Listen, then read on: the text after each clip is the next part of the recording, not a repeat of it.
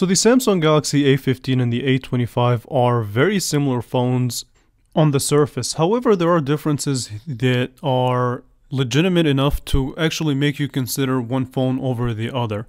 And this is what I basically want to discuss in this kind of comparison. So honestly, as far as the design goes, they look very similar. I'm going to talk about the differences in design, which are very minor. But basically, when looking at the design, beginning with the Samsung Galaxy A25 5G, the design aesthetics here that comes with this phone are the following. So the Galaxy A25 5G has this smooth matte surface to it that one does catch smudges and does catch fingerprints, and it is very slippery, so keep that in mind if you're thinking about getting this phone. However, though, it does have kind of a cool look to it and an upgraded look to it from previous generation. And on the back of the phone, you'll find your triple camera setup and your flash, which we will definitely compare later on in the video. And if you also zoom in a little bit closer, you see these kind of dots and these pattern on here that don't really feel like nothing, so they're just there for aesthetics, and that's basically it. The right hand side has your power button / volume up and down, and the power button does support a fingerprint sensor, and you also have this curve that leads up to the power button and the volume up and down. So the bottom of the phone has your 3.5mm headphone jack, a microphone, a USB-C port that supports 25 watt of fast charging, as well as your bottom facing speaker.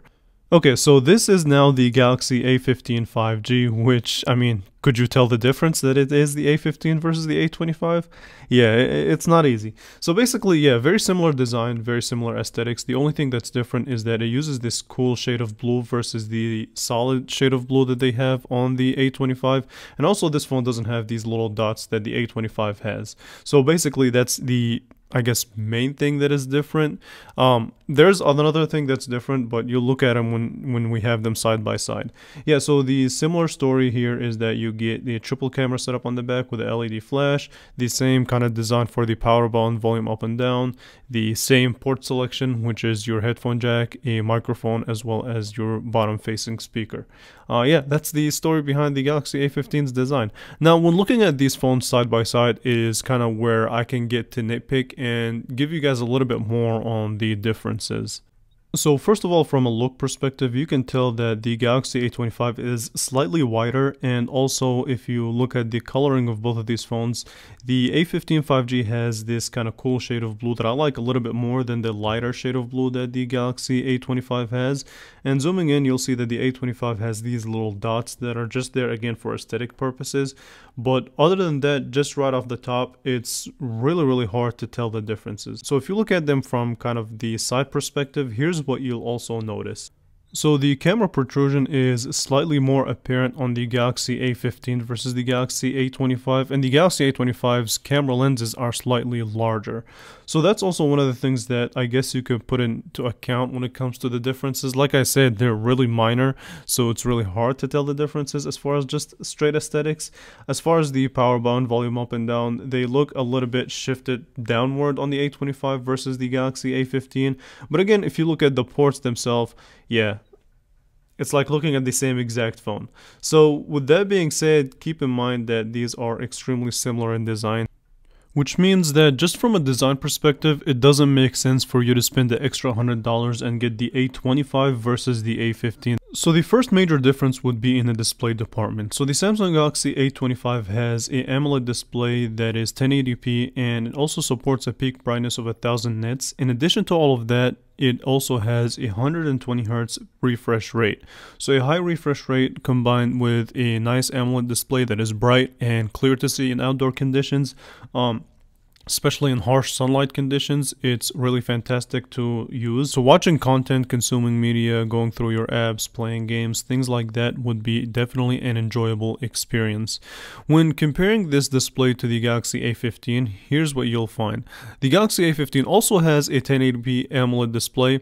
However, it doesn't get as bright, and the refresh rate is not as prominent, so it's only 90 Hz versus the 120 Hz the A25 gives us.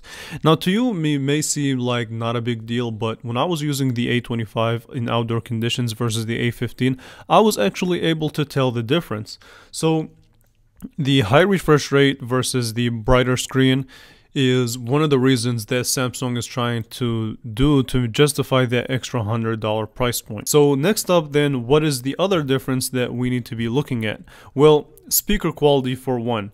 So the speaker quality on the A25 is just night and day better, right? So you get both a bottom facing speaker, and the earpiece also acts as a subwoofer, which makes listening to your content and just using the phone speaker that much enjoyable. Just because the Galaxy A15 speaker, honestly, it's not that good at all. It's only a bottom facing speaker that doesn't get as loud and does distort at highest volume. Yourself is, I would say, a little bit above basic, so it does what you would want and then some. So it takes some decent pictures under good lighting conditions. It's not going to be really top quality or gonna, you know, break crazy numbers, but it's definitely one of those things that it will get the job done when it's 1080p.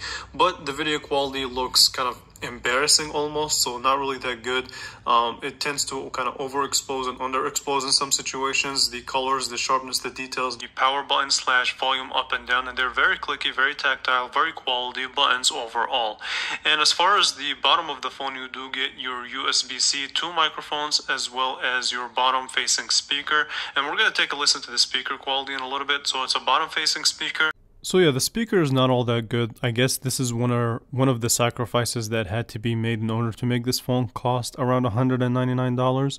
So that's that for you. Now the other advantage that the Galaxy A25 has over the Galaxy A15 that justifies its $100 price point would be in the camera department. So both of these devices have a 50 megapixel main sensor. They both have ultra wide, they both have a macro sensor. But the main differences here becomes in the image quality as well as the video capability of these phones. So the Galaxy A15 tops up at 1080p as far as video quality, only 30 frames per second, whereas the Galaxy A25 takes it a step further, where it has 1080p at 60 frames per second and also has the ability to record 4K video, and it does have electronic image stabilization. So that's also something to keep in mind.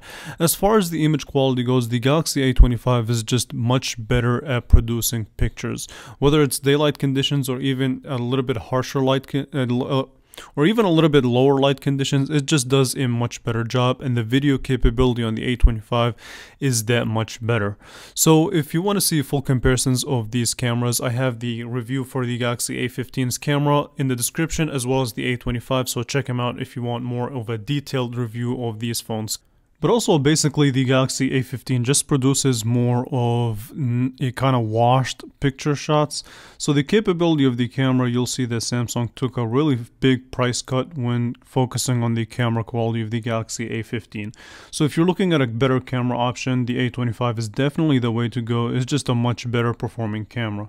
The video capability on the A15 is, like I said in my camera review, it's okay. The best thing about it is that it does a pretty good job in focusing and giving you that bokeh effect. Other than that, it's not really a capable camera to begin with. Okay, so switching the topic of conversation, let's talk a little bit about the performance of both of these devices. So the Samsung Galaxy A25 5G has the following specs. So the Samsung Galaxy A25 has the following specs. It has the Exynos 1280 based on a 5nm architecture. It is octa-core, the Mali G68 GPU, 128GB of storage, 6GB of RAM, as well as a nicely sized 5000 mAh battery. It also supports 25 watt of wire charging. In comparison, the Galaxy A15 5G has the following specs. So this time around, Samsung decided to go with a MediaTek Helio G99 based on a 6nm, also octa-core, the Mali G57 for the GPU, 128GB of storage, 4GB of RAM. Now the big performance difference here would be, I would say, it's more noticeable when you're using heavy demanding tasks. Your daily tasks is about the same, but like the daily stuff, like browsing through social media, going through reading articles, things of that sort, the Galaxy A25 was slightly better. But even if we look at the benchmark scores, you can tell that the A25 just scores better in general. And the big advantage that the A25 has is also has a higher refresh rate, so everything that you do on the A25 would seem a little bit faster. And honestly, the MediaTek processor is something that I'm not really a big fan of. It's a low-end processor that in the long run, I think it's gonna give us problems versus the Exynos 1280, which I feel like so far has been working really, really well. So with that being said, I mean, the Galaxy A25 has the better performance overall. Alright, so my question is this. Do you think that the $100 price point is justifiable when looking at everything that you've seen in this video? So the higher brightness in the display, the better performing in the camera, and even the performance in general. Do you think that it's justifiable to spend the extra $100? To me, I would say yes. So the camera alone is justifiable enough to spend that extra $100, but combine that with a higher brightness screen, a higher refresh rate, as well as just overall a more capable phone, I would spend the extra $100, right? I wish that Samsung did a little bit more to differentiate the design. I think the A25 would have been a much better buy. But when you look at the A25 versus something like, let's say, the Galaxy A23, then you can tell that Samsung has worked really hard to put a name for the A25 that would differentiate it from the A15. It's just the design aspect. I wish it was a little bit different. So with that being said, I want to hear your thoughts. Do you think that the Galaxy A25 is a much better buy, or you're like, nah, I'll just stick to the A15, or even I'll wait for the Galaxy A55? So let me know in the comments what you all think, and if you enjoyed this video, make sure you leave a thumbs up, make sure you subscribe to the channel, and I will definitely catch you guys in the next one. Thank you all so much for watching.